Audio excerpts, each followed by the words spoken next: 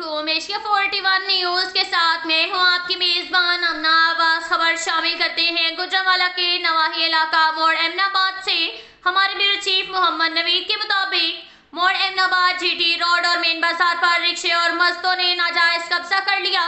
तफसीलात के मुताबिक गुजरांवाला के नवाही इलाका मोड़ एमनाबाद जीटी रोड पर अक्सर रिक्शों की 2 से 3 और बाज़ औक़ात 4 लाइनें लगी होती हैं, जो किसी भी वक्त किसी बड़े हादसे का सबब बन सकता है। रिक्शों की वजह से ट्रैफिक का रश रहता है, लोगों का पैदल चलना भी मुश्किल हो जाता है।